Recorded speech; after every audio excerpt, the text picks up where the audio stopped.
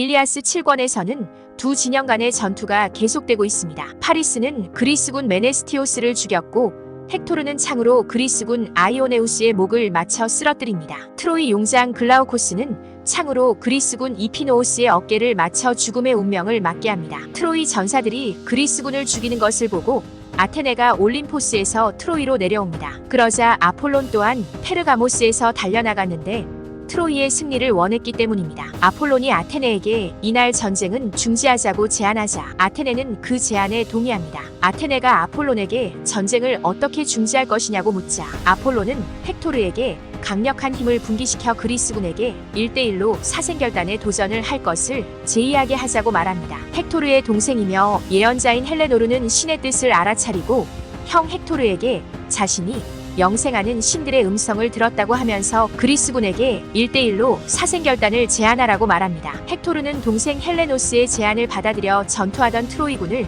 모두 안쳤고 아가멤논도 전투 중이었던 그리스군을 모두 안칩니다. 한편 아테네와 아폴로는 둘 다 독수리의 모습을 하고 제우스의 참나무 위에 앉아 전사들을 보며 즐기고 있습니다. 헥토르는 그리스군에게 1대1로 자신과 싸울 사람은 도전하라고 하였고 자신이 죽으면 무구들은 그리스군이 가져가되 자신의 시신은 집으로 돌려보내 화장할 수 있게 할 것을 제안하였고 제우스가 증인이 되게 하자고 합니다. 또한 자신과 결투한 그리스군이 죽더라도 그의 시신은 헬레스폰토스 해안에 봉분을 지어주겠다고 제안합니다. 그리스군 중에 도전자가 없자 메넬라우스는 그리스군의 비겁함을 비난하면서 자신이 몸소 무장하겠다고 말합니다. 그러자 그리스 총대장 아가멤논이 메넬라우스에게 자신보다 더 강한 전사와 싸우려 들지 말고 꾹 참으라고 조언합니다. 그러면서 도전자는 그리스군 중에서 다른 사람을 대표로 내보낼 것이라고 말합니다. 이번에는 그리스의 현명한 원로 네스토르가 그리스군의 비겁함을 한탄하며 자신이 젊었을 적에 아르카디아 출신의 강력한 에오탈리온을 무찌른 이야기를 하면서 자신이 그때처럼 젊었으면 헥토르와 싸울 수 있을 것이라며 애석해합니다. 네스토르의 꾸짖음에 자극받은 아가멤논, 디오메데스, 두아이아스, 이도메네우스, 메리오네스, 에우리필로스, 토아스, 오디세우스 이렇게 9명이 일어납니다. 그들은 도전자를 뽑기 위해 제비의 표를 하고 나서 아가멤논의 투구 안에 던져 넣었고 원로 네스토르가 제비를 뽑았는데 아이아스가 뽑힙니다. 제비에서 뽑힌 아이아스는 말합니다. 친구들이여, 내 제비가 분명하며 나도 마음속으로 기쁘게 생각하오. 반드시 고귀한 헥토르를 이기리라고 믿기 때문이오. 아이아스는 무장을 하고 험상궂은 얼굴에 미소를 지으며 벌떡 일어서더니 성큼성큼 앞으로 나아갑니다. 그러자 트로이군들은 두려워 사지를 부들부들 떨었고 헥토르의 가슴 속에서도 심장이 뛰기 시작합니다. 아이아스는 헥토르에게 바짝 다가서서 위협적인 어조로 헥토르에게 먼저 시작하라고 말합니다. 헥토르는 긴 창을 들고 아이아스의 무시무시한 방패의 맨 바깥쪽에 8번째로 입힌 청동을 마칩니다. 아이아스의 방패는 가죽을 7겹으로 대고 마지막 8번째에는 청동으로 입혔는데 갓바치 튀키오스가 공들여 만든 것입니다. 헥토르의 창은 7번째 가죽에서 멈추고 맙니다. 이번에는 아이아스가 긴 창으로 헥토르의 둥근 방패를 마칩니다. 창은 방패를 지나 헥토르의 가슴바지를 뚫고 들어가서 옆구리 옆을 지나 윗옷을 찢었으나 다행히 몸을 틀어 죽음의 운명은 피합니다. 둘은 동시에 긴 창을 들고 마주 덤벼들었고 헥토르가 창으로 방패의 한복판을 찔렀으나 창끝이 구부러지고 맙니다. 아이아스도 헥토르의 방패를 찔렀고 창은 곧장 방패를 뚫고 들어가 그의 목을 스치고 지나가자 검은 피가 솟아오릅니다. 그러나 헥토르는 물러서지 않고 큰 돌을 들어 아이아스의 방패 한복판에 던지니 청동이 요란하게 울립니다. 이번에는 아이아스도 질세라 큰 돌을 집어들어 빙빙 돌리더니 엄청난 힘을 실어내던집니다. 그러자 그 돌이 방패를 찢고 헥토르의 무릎을 내리치자 헥토르는 벌렁 낮아빠졌으나 아폴론이 얼른 일으켜 세웁니다. 이때 그리스군 전령 탈튀비오스와 트로이군 전령 이다이오스가 달려와서 두 사람 사이에 호를 내밀면서 이제 밤이 늦었으니 전쟁을 중지하라고 전합니다. 아이아스는 헥토르가 시작했으니 헥토르가 어떻게 할 것인지를 물었고 헥토르는 싸움은 얼마든지 할 수 있으니 지금은 중지하자고 말합니다. 그리하여 헥토르는 화해의 의미로 은못을 박은 자신의 칼을 칼집과 보기 좋게 자른 가죽끈과 함께 건네주었고 아이아스는 찬란한 혁대를 교환하고 헤어집니다. 그리스 진영에서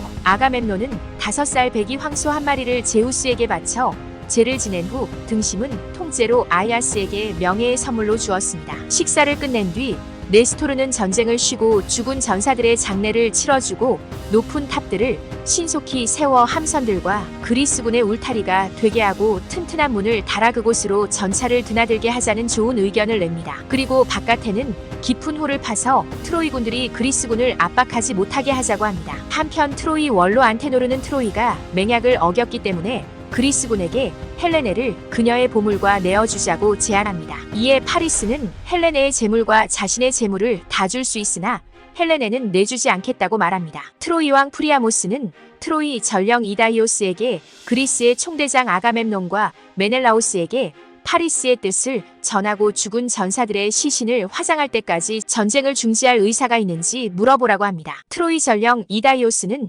그리스군이 회의를 하고 있는 중에 들어가서 트로이 왕의 말을 전합니다. 이 말에 그리스 용장 디오메데스가 그리스 전사들을 향해 파리스의 재물과 헬레네는 어느 누구도 받지 말라고 하면서 트로이의 파멸이 멀지 않았다고 말하자 그리스 전사들이 환호성을 올립니다. 이 말에 아가멤논은 동의하였고 다만 전사들의 시신을 매장하자는 제의는 받아들이겠다고 말합니다. 트로이 전령 이다이오스의 답변을 기다리는 트로이 회의장에서 이다이오스는 아가멤논의 뜻을 전했고 트로이는 시신을 화장하기 위해 채비를 하였고 같은 이유로 그리스군들도 함선들에서 달려나옵니다. 그들이 치열했던 전투의 현장으로 갔을 때 시신들은 피가 범벅이 되어 얼굴을 알아보기도 어려울 정도여서 물로 씻어내고 눈물을 흘리며 짐수레에 실었습니다. 트로이 진영은 프리아모스 왕이 눈물을 흘리지 못하게 명령하였기 때문에 눈물을 머금고 시신들을 장작더미 위에 쌓아 올린 뒤 불로 태우고 나서 트로이 성으로 돌아갑니다. 한편 그리스군들은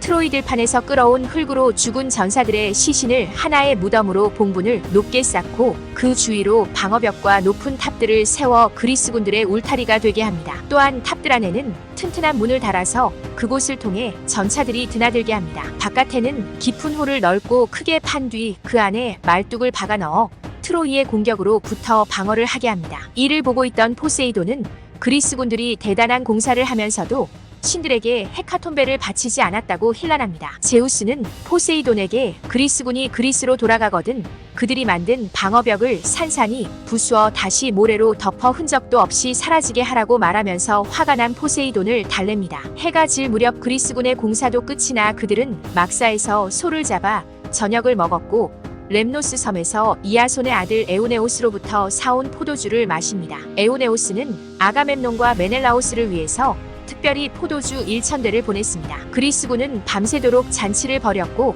트로이와 트로이 동맹군들도 잔치를 벌입니다. 그러나 제우스는 그들의 재앙을 꾀하며 무시무시한 천둥을 쳤고 그들은 두려움에 새파랗게 질려 술잔에 든 포도주를 땅바닥에 쏟았고 제우스에게 먼저 부어드리기 전에는 감히 아무도 마시려 하지 않습니다. 전사들은 잔치가 끝난 후 잠자리에 들었습니다. 일리아스 7권에서는 두 진영의 전사들이 전투를 멈추고 그리스 용장 아이아스와 트로이 용장 헥토르가 1대1 대결을 하는 모습을 볼 수 있었습니다.